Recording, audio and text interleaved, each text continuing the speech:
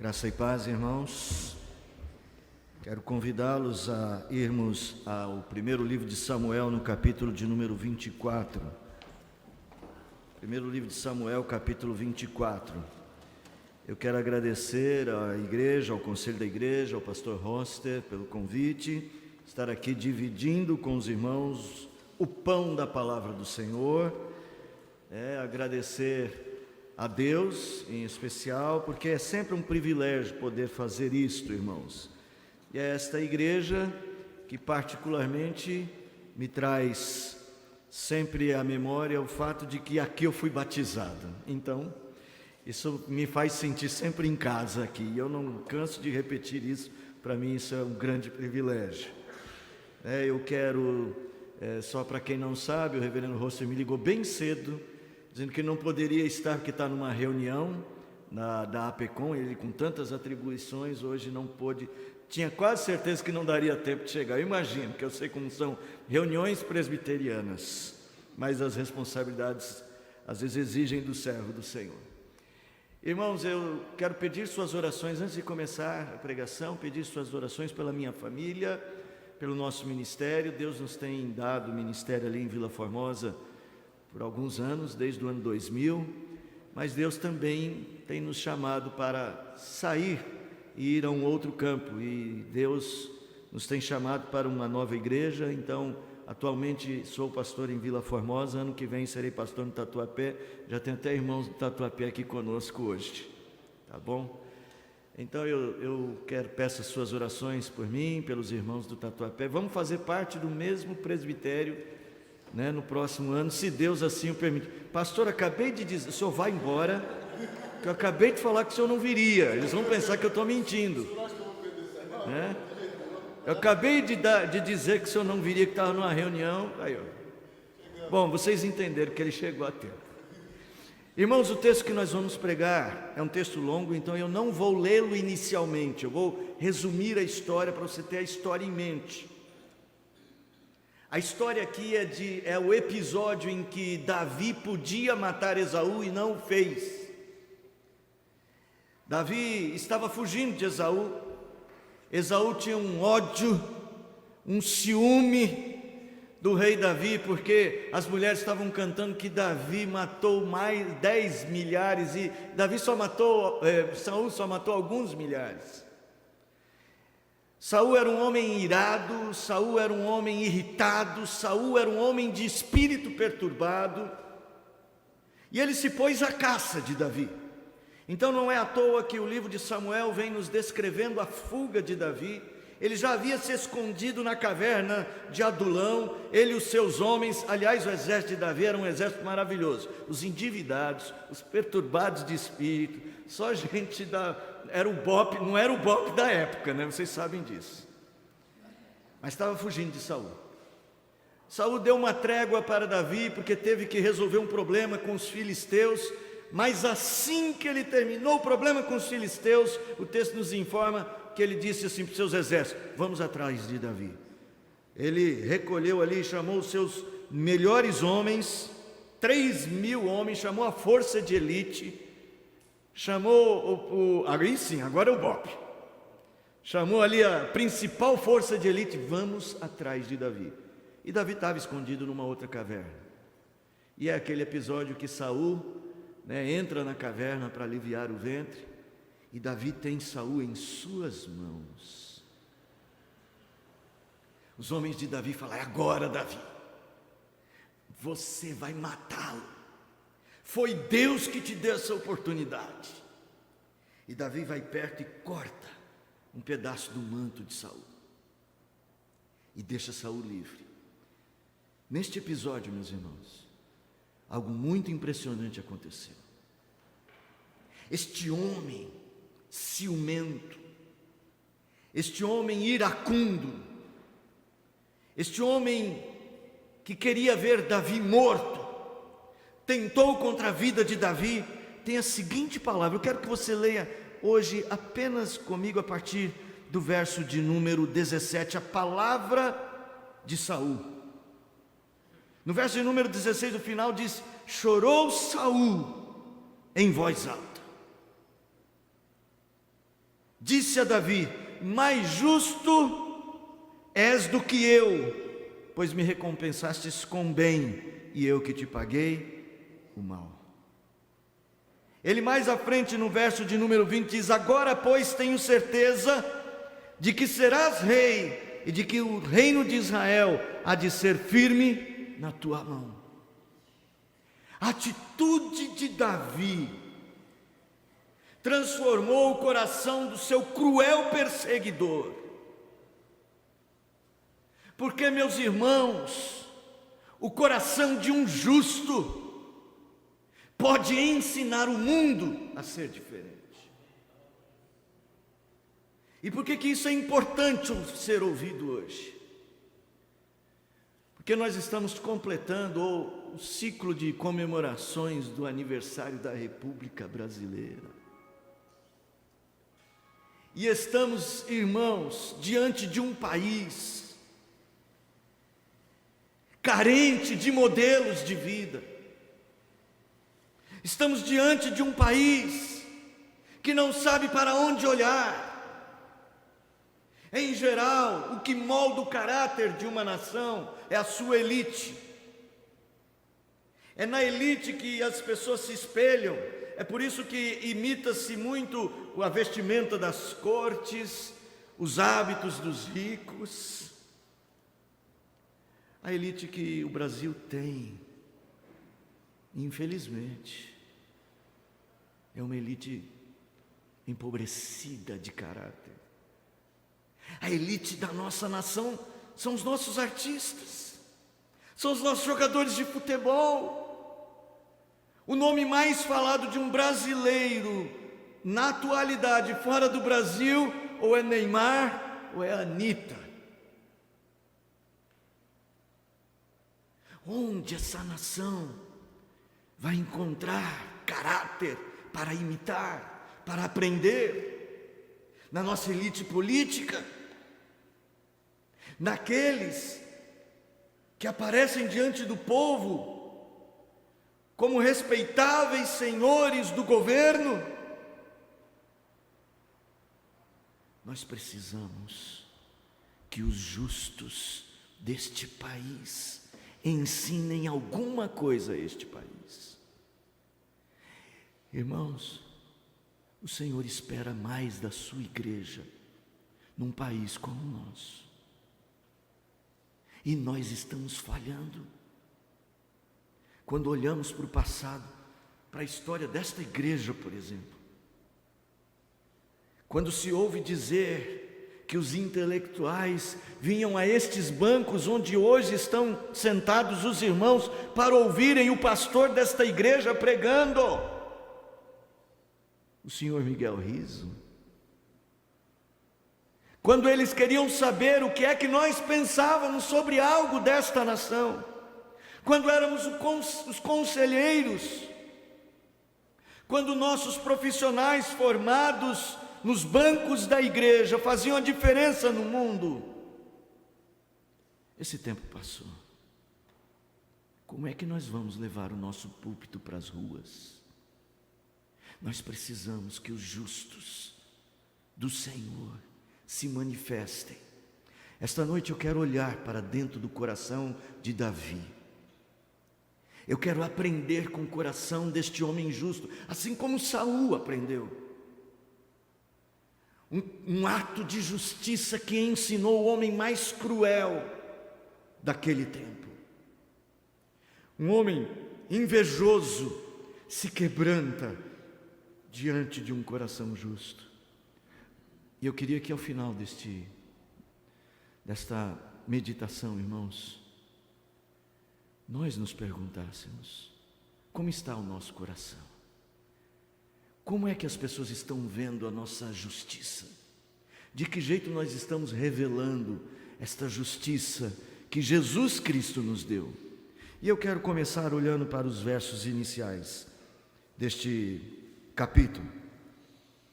No verso de número 1 e no verso de número 2, o texto introduz a história dizendo: tendo Saul voltado de perseguir os filisteus, foi-lhe dito: eis que Davi está no deserto de En-Gedi. Tomou então Saul 3.000 homens escolhidos dentre todos Israel, e foi ao encalço de Davi e dos seus homens nas faldas das penhas das cabras monteses. O texto continua dizendo que ao chegar próximo de Davi, ele chegou aos currais de ovelhas do caminho, onde havia uma caverna, e entrou nela Saul a aliviar o ventre. Ora, Davi e seus homens estavam assentados no mais interior da mesma. Então os homens de Davi lhe disseram: hoje é o dia do qual o Senhor te disse: eis que te entrego nas mãos o teu inimigo, e far-lhe-ás o que bem te parecer. Levantou-se Davi furtivamente, cortou a orla do manto de Saul. Sucedeu, porém, que depois sentiu Davi bater-lhe o coração por ter cortado a orla do manto de Saul. Meus irmãos, nós precisamos começar a pensar. O que movia Saul era o ódio. O que movia Saul era o medo de perder o reino. E os homens de Davi, eles agora também são movidos pelas mesmas forças interiores. As decisões deles estão baseadas no medo, estão baseadas no ódio. Nós precisamos acabar com o nosso inimigo, Saul. Então, tanto Saul quanto os amigos de Davi estão tomando decisões, estão dando direção à sua vida, baseado no medo e no ódio. Mas o coração do justo não anda assim. O coração do justo ensina aos outros, quando ele não é guiado nem pelo medo, nem pelo ódio, nem pela raiva. O que guia o coração do justo é Deus. Eu queria que você parasse para pensar como hoje nós estamos tomando decisões. Olhe para o que está acontecendo ao nosso redor, irmãos. É o medo da nação que está conduzindo pessoas ou para um lado ou para o outro. Eles estão apontando inimigos em todas as direções e querem se destruir. A igreja de Cristo precisa mudar isso. Nós temos pessoas que, por causa dos seus medos, se omitem. Há tantas coisas que podemos fazer, há tantas coisas que podemos empreender, mas estamos tomando decisões baseadas em um medo injustificável para quem crê no Senhor. Afinal, quem é o Deus a quem servimos? É o mesmo Deus de um homem chamado Davi, cujo coração era fortalecido pela fé que havia dentro dele.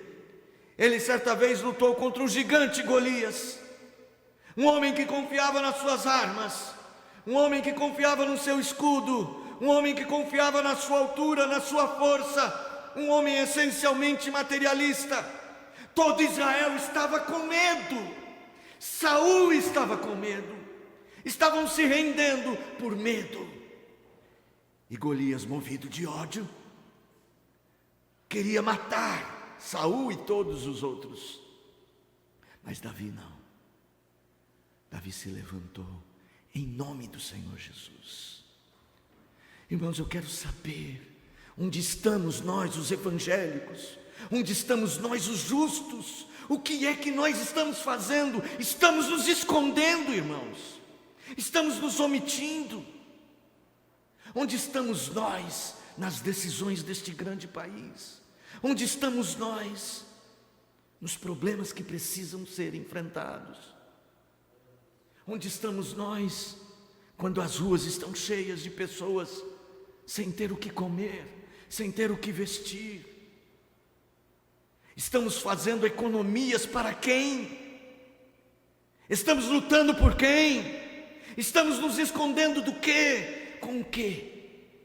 Estamos com medo de quê? Se temos um Deus que é poderoso, que pode todas as coisas.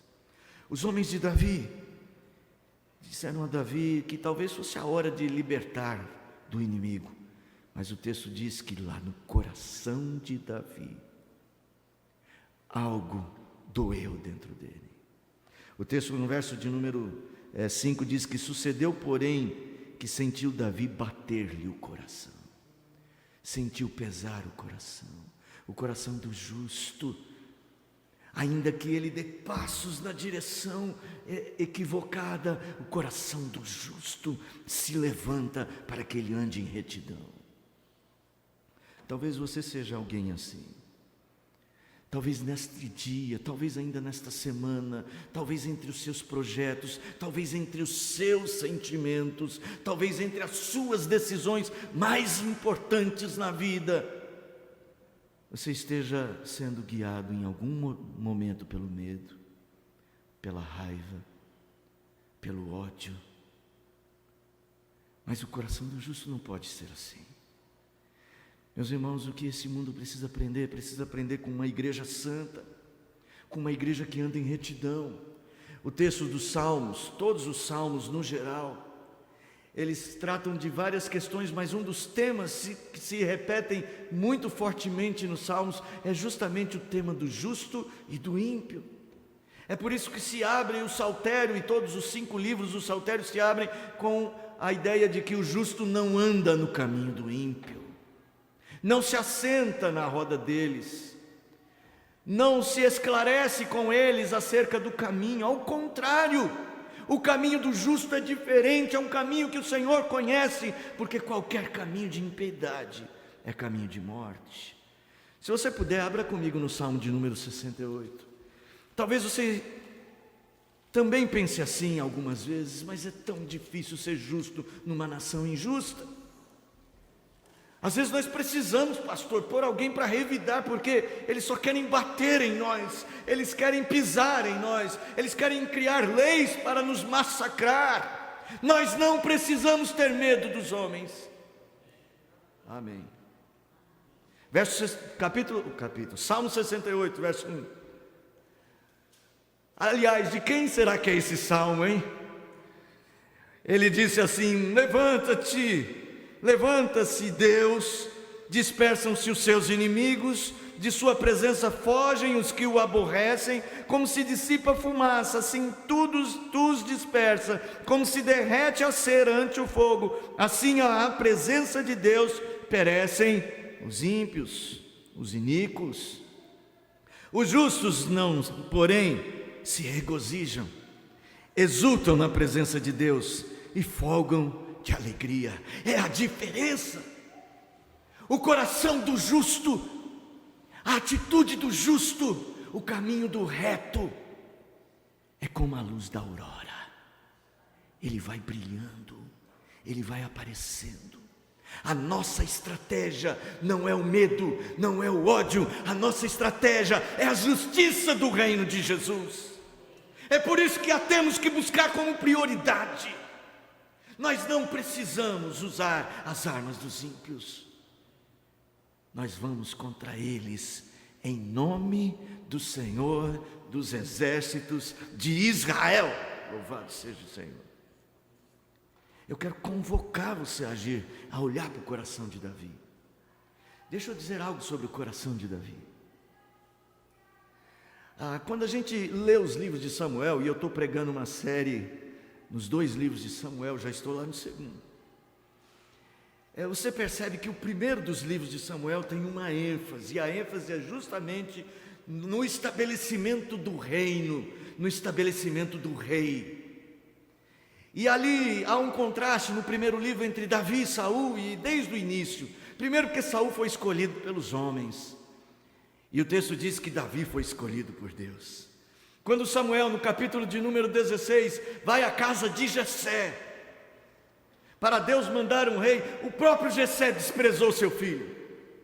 O próprio Jessé disse: não, se eu tenho algum filho que vai ser rei, deve ser esse daqui, que esse é o maior.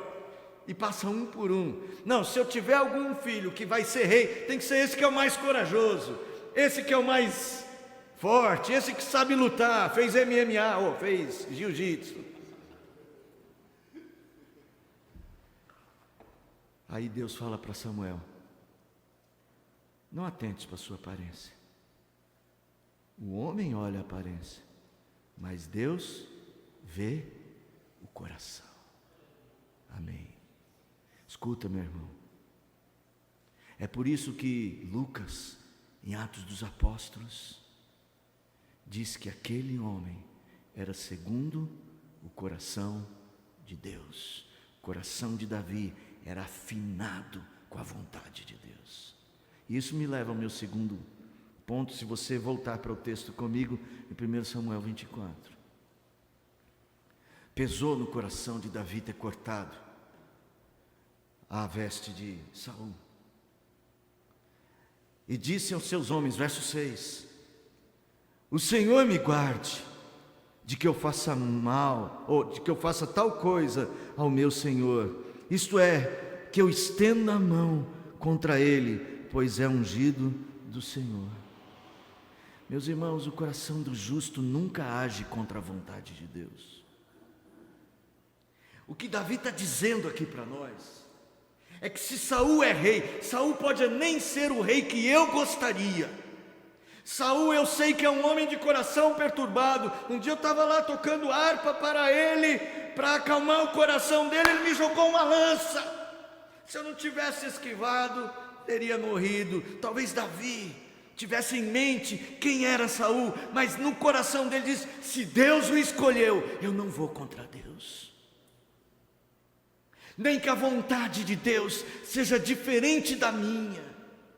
O coração do justo é um coração que tem a fibra do mesmo coração de Jesus, que mesmo dizendo ao Pai, a tua vontade seja feita, ele está pronto para sofrer o que precisa. Meus irmãos, nós precisamos de coragem para seguir o jeito de Deus, para não contrariar a vontade de Deus. O coração do justo ensina aos outros de que há uma direção no mundo, e essa direção é de Deus. Nós precisamos de ser uma igreja assim corajosa, capaz de enfrentar lutas. Às vezes nós somos movidos de novo pelo medo, não fazemos uma série de coisas que precisamos fazer, que devemos fazer, que é ordenança fazer. Nós precisamos seguir a vontade de Deus. Nenhum outro caminho é possível para o que é justo, porque o justo anda no caminho de Deus. Nós não podemos negociar, nós não podemos negociar facilidades neste mundo. Algumas vezes teremos de enfrentar a fúria dos que não temem a Deus, mas melhor enfrentar a fúria dos homens que a ira do Senhor. Eu lembro dos apóstolos presos para serem soltos, receberam a promessa, me parece assim, não é delação premiada, mas receberam a promessa assim: se vocês pararem de pregar no nome desse Jesus, vocês podem ir. Ousadamente, o justo Pedro diz: de jeito nenhum, nós não negociamos, antes importa obedecer a Deus que aos homens. Nós precisamos de uma igreja com esta fibra, nós precisamos tomar a decisão certa. Se você parar para pensar, os homens de Davi têm razão num certo sentido. Davi, se nós matarmos Saul, acabou o nosso problema. Pensa bem, não tem mais rei, Samuel já tinha ungido o rei mesmo, você até tem uma justificativa, foi Deus que te escolheu. Os próprios homens de Davi ainda dizem assim: olha, foi Deus que pôs Saul na tua mão. Mas o coração de Davi não é guiado pelo medo, mas pela vontade de Deus. O justo é submisso, o coração do justo é um coração submisso. Mas tem um detalhe, olha o verso de número 7. Com estas palavras, Davi conteve os seus homens e não lhes permitiu que levantassem a mão contra Saul. Retirando-se Saul da caverna, prosseguiu o seu caminho. Meus irmãos, isso é muito importante. Por quê? Para você ter uma ideia de como é poderosa a ação do justo, como é poderoso o exemplo do justo, o modelo, ele serve de amparo e modelo para as outras pessoas, irmãos. O nosso caminhar reto não é sinal de fraqueza, mas de força. O nosso caminhar reto é a nossa força. A nossa força não é nosso poder político, nem o nosso poder numérico, mas a santidade de Cristo que está em nós, que está colocada em nossas mãos, em nossos atos. É essa santidade que precisa sair pelas ruas, é esta retidão que precisa levar o púlpito lá para fora, para que as pessoas vejam o que o púlpito do Senhor é capaz de fazer em nosso coração, e olharem para os justos da terra e glorificarem a Deus que está nos céus. As pessoas precisam dizer de você e de mim: Deus é com ele, Deus está com ele. Lá no seu trabalho, as pessoas precisam dizer de você: Deus está com ele. Na sua família, os que te conhecem, que a sua reputação seja a de mostrar a este mundo a glória de Jesus Cristo. Os homens de Davi deixam de pensar o mal, abrem mão da sua vingança pessoal para fazer a vontade de Deus. E um detalhe mais: o coração do justo muda a realidade ao seu redor. Deixa eu tentar ver isso nos versos que se seguem. É justamente estes versos. Depois também Davi se levantou e saiu da caverna. Gritou a Saul dizendo: ó rei, meu senhor. Olhando para Saul para trás, inclinou-se Davi e fez-lhe reverência com o rosto em terra. Eu imagino os homens de Davi dizendo assim: Davi, já não chega que você mandou ele embora, a gente perde a chance, você agora vai dar chance para o inimigo te matar. Davi não tem medo, ele confia no Senhor, ele sabe que o Senhor é a sua justiça. Veja só como é que isso vai acontecer. Disse Davi a Saul: por que dás tu ouvidos às palavras dos homens que dizem: Davi procura fazer-te mal? Os teus próprios olhos viram hoje que o Senhor te pôs nas minhas mãos nesta caverna, e alguns disseram que eu te matasse, porém a minha mão te poupou, porque disse: não estenderei a mão contra o meu Senhor, pois é ungido de Deus. Olha, pois, meu pai, vê aqui a orla do teu manto na minha mão. No fato de haver eu cortado a orla do teu manto sem te matar, reconhece e vê que não há em mim nem mal, nem rebeldia, e não pequei contra ti, ainda que andas à caça da minha vida para tirares. Julgue o Senhor entre mim e ti. Há uma coisa que Davi está nos ensinando aqui. Davi está nos ensinando que o justo vive para o seu Senhor e será julgado pelo seu Senhor. O nosso Deus um dia vai nos encontrar para isto. O nosso Deus um dia vai nos chamar diante dele para isto. E vai querer saber quais são os nossos atos de justiça. É exatamente disso que fala João em Apocalipse. Porque os atos de justiça acompanham os justos. Em Apocalipse 22 diz ele: continue o justo na prática da justiça, e continue o injusto na prática da injustiça, porque o Senhor virá. Davi sabia muito bem a quem ele estava servindo, sob a vontade de quem ele estava sendo comandado. Julgue o Senhor entre mim e ti. Ele diz isso mais de uma vez.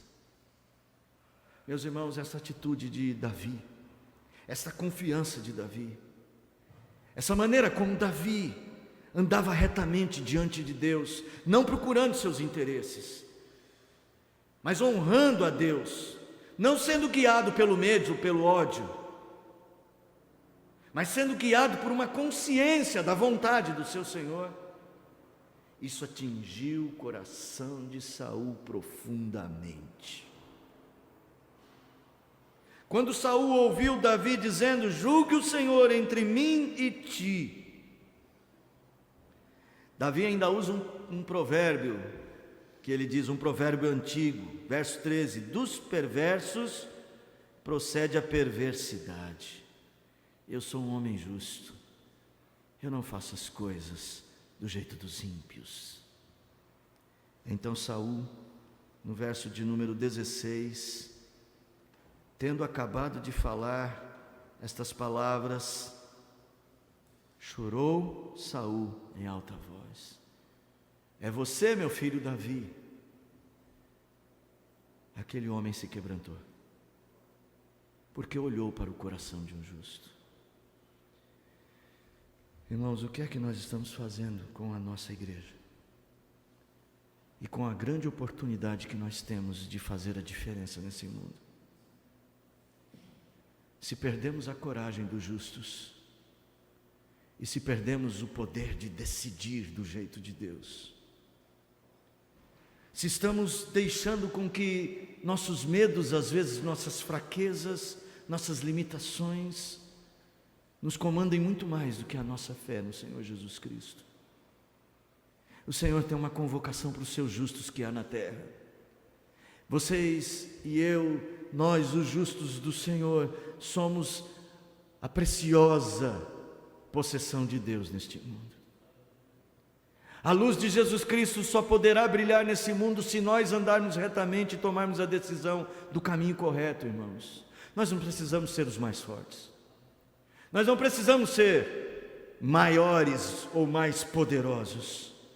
Nós não precisamos ser pessoas completamente as mais capazes ou inteligentes ou as mais sábias. Nós só precisamos imitar Jesus Cristo, o justo, e andar no seu caminho humildemente.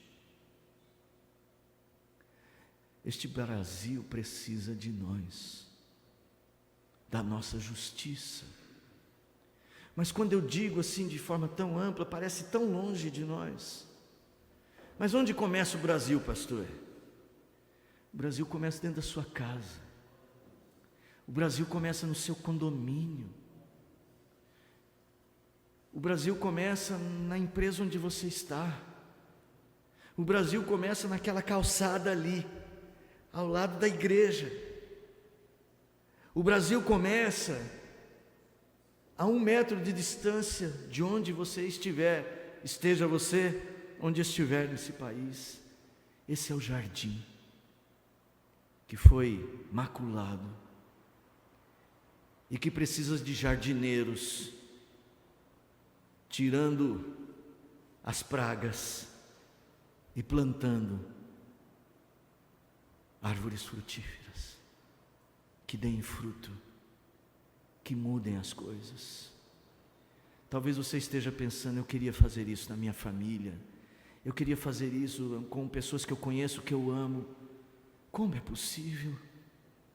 Não ande como os ímpios, seja um justo na terra.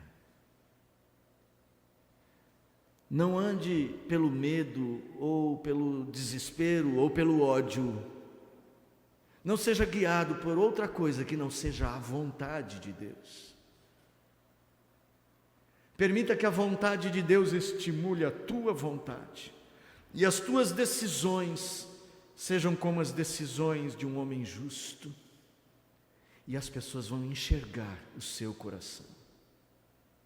Veja que o que fez Saul repensar foi justamente o que Davi praticou.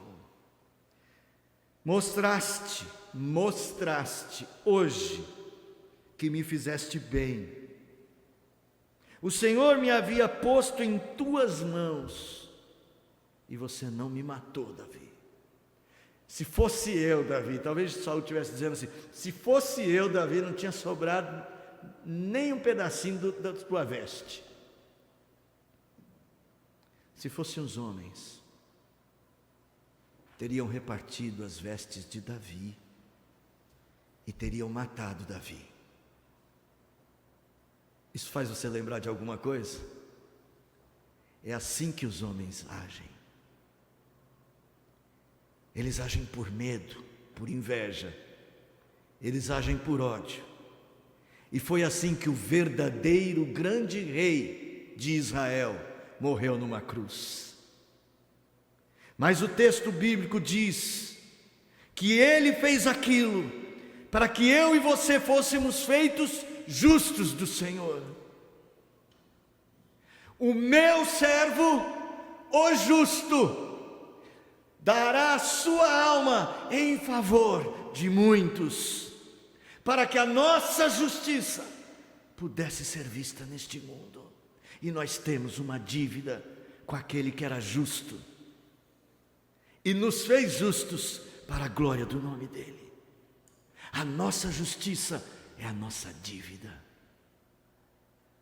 A nossa justiça, a que ele nos deu na cruz. Ele, o Davi que foi morto. Nós temos um compromisso de imitá-lo,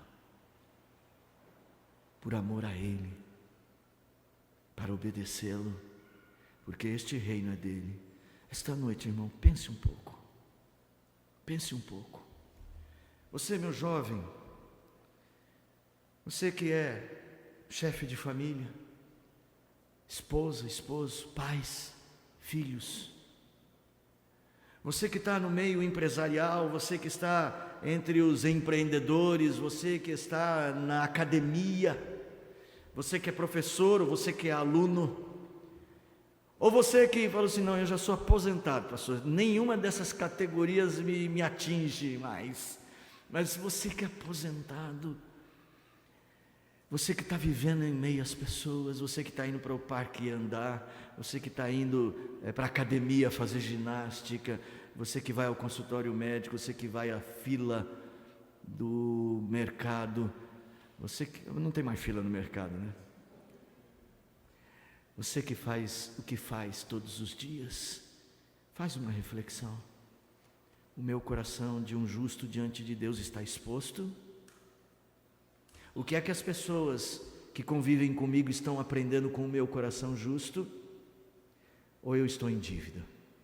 Em dívida com o meu mestre, que fez tudo por mim. Eu estou em dívida com o meu rei, que quer que eu seja um modelo para este mundo. Afinal, as pessoas para imitarem Jesus não terão que olhar para nós, como Paulo disse, sede meus imitadores, como eu sou de Cristo. Esta noite, eu quero repartir com vocês a minha preocupação comigo, com a minha família, com a minha igreja e com o meu país. De que este país não terá outra chance. Não há suporte moral para esta nação.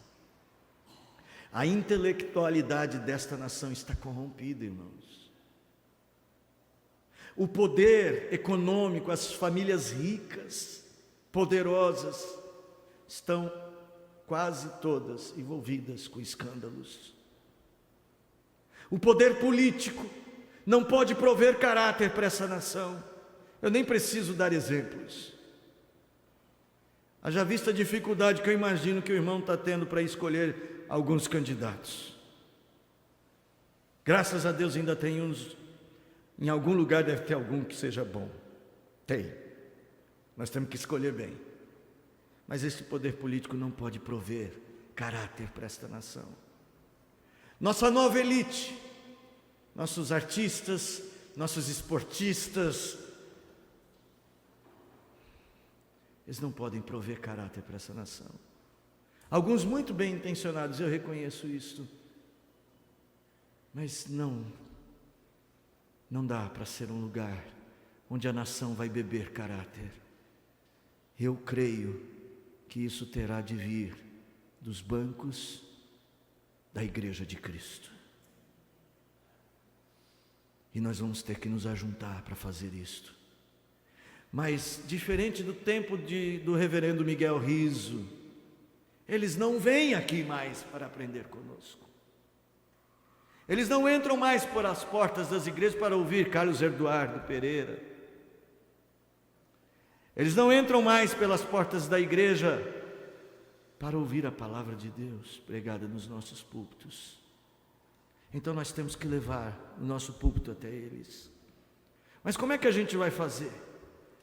Vamos pôr o reverendo Rosser pregando nas praças, pastor? É o único jeito? Há um jeito mais eficiente ainda. Porque lá na praça eles não vão parar para ouvir você, Rosser, desculpa. Embora você seja um excelente pregador. É você e você, na escola, no trabalho, o púlpito da justiça que vai pregar para estas pessoas. Que Deus nos abençoe, irmãos.